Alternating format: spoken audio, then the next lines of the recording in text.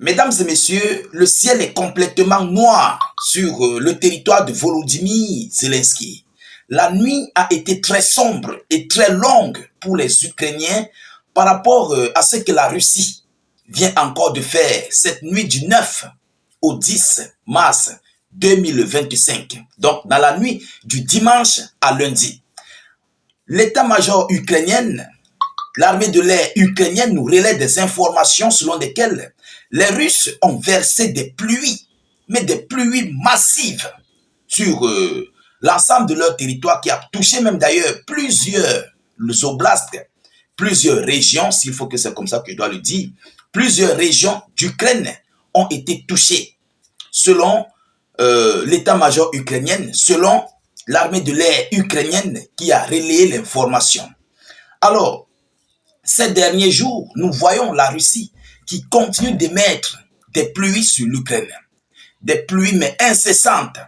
Et c'est pourquoi je profite encore pour dire que Zelensky n'a pas la tête. Parce que s'il avait réellement la tête, il devait comprendre que son adversaire qui est face à lui, il n'y a personne dans le monde qui peut défier ce monsieur.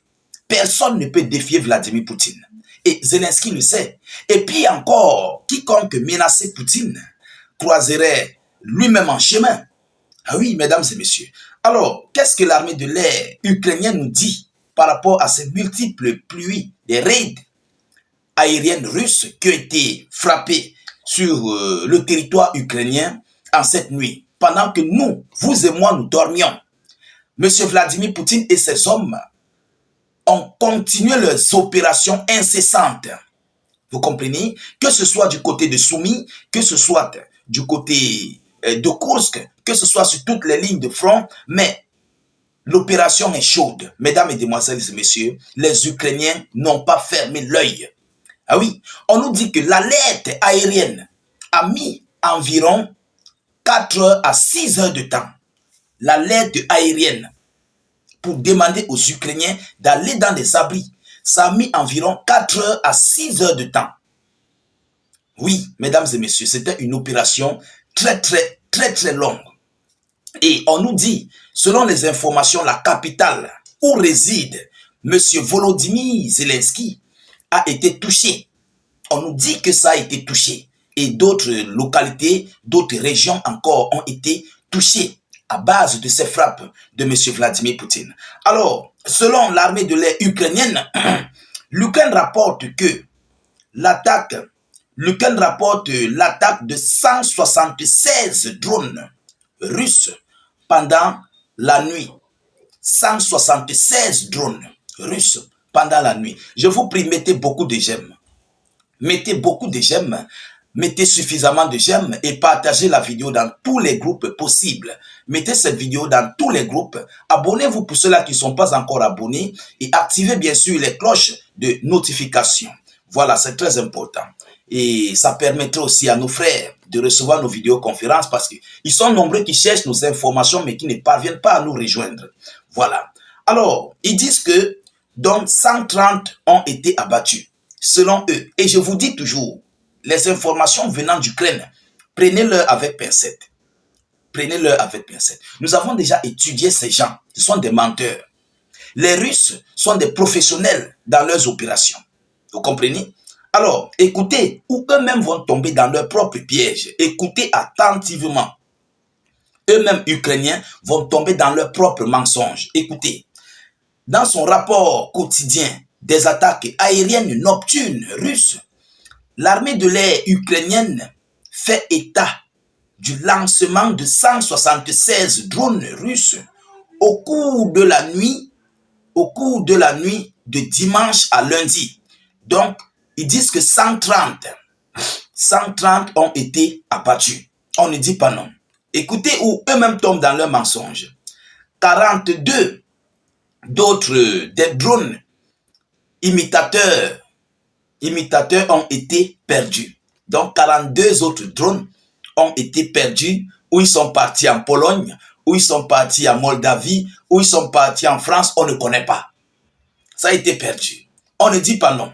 Mais toujours l'Ukraine qui publie l'annonce, sans conséquences négatives, les régions de Kharkiv, de Poltava, de Kiev ont été touchés par l'attaque russe, précise l'armée de l'air ukrainienne.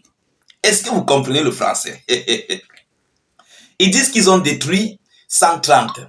Bon, il y a 42 autres drones ont été perdus. Mais on dit que Kiev, Poltava, Kharkiv et d'autres régions ont été touchées. Mais pourquoi est-ce que vous mentez comme ça? Comment vous avez abattu 130 drones? D'autres drones, vous dites vous-même que les drones ont été perdus. C'est parti, on ne sait pas dans quel pays. Mais, et vous dites encore, la capitale ukrainienne a été touchée. Poltava, Kharkiv, tout ça là. Alors, ça montre le degré du mensonge des forces armées ukrainiennes, de l'administration ukrainienne. Ce sont des menteurs. Vous comprenez? La Russie a réussi ses opérations avec brio. Avec brio. Mesdames, Mesdemoiselles et Messieurs, ce sont des drones kamikazes, des drones Shahed. Vous comprenez? Ce sont des drones Shahed. Ils ne loupent pas leur cible. Ils ne ratent pas en fait leurs opérations. Ah oui, mesdames et messieurs, nous attendons que l'Ukraine fasse son bilan par rapport à cette attaque massive que la Russie vient d'envoyer. Et nous allons vous tenir informés, mais à l'heure où je vous parle, plus rien ne va. La situation du côté du front, du côté sur l'ensemble du territoire ukrainien, les Ukrainiens n'ont pas du tout dormi, ils n'ont pas fermé l'œil.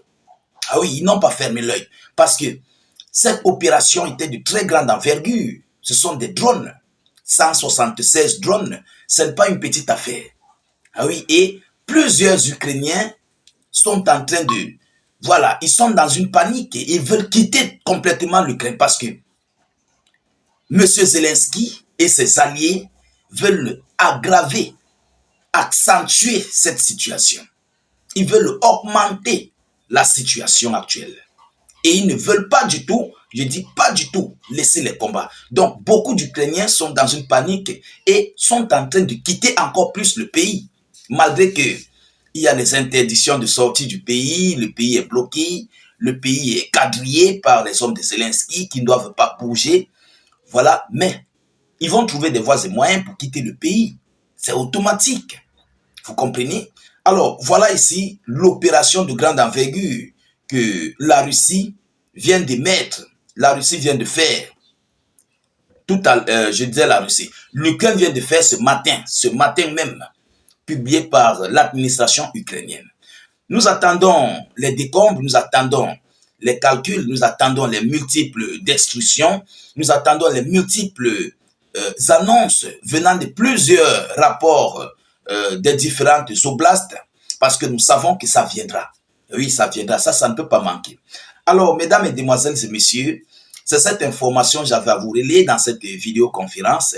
Veuillez la partager au maximum partout à travers le monde. Mettez beaucoup de j'aime et suffisamment de cœur. N'hésitez pas, s'il vous plaît, de mettre suffisamment d'avis en commentaire. Même si vous n'avez rien à écrire, vous pouvez tout simplement mettre vive la paix dans le monde ou encore salut état d'urgence en commentaire. Voilà. L'essentiel est de laisser vos insignes, votre passage dans les zones de commentaires. Et voilà, c'est très important. Et surtout, abonnez-vous. Ça vous permettrait de ne plus rater non seulement notre page, mais de ne plus rater nos vidéos d'actualité. Parce que vous pouvez être là grâce aux suggestions de YouTube, ou bien de Facebook, ou bien grâce au partage. Mais est-ce que ces gens qui ont partagé, ou bien ces suggestions vont encore vous avoir demain? Donc, abonnez-vous pour ne plus rater la page. Et ça vous permettrait d'être dans des abris d'actualité internationaux. Vous comprenez? C'est très important. Je vous reviens tout à l'heure pour une prochaine série d'actualités. Soyez encore salués une fois de plus. Ciao, ciao.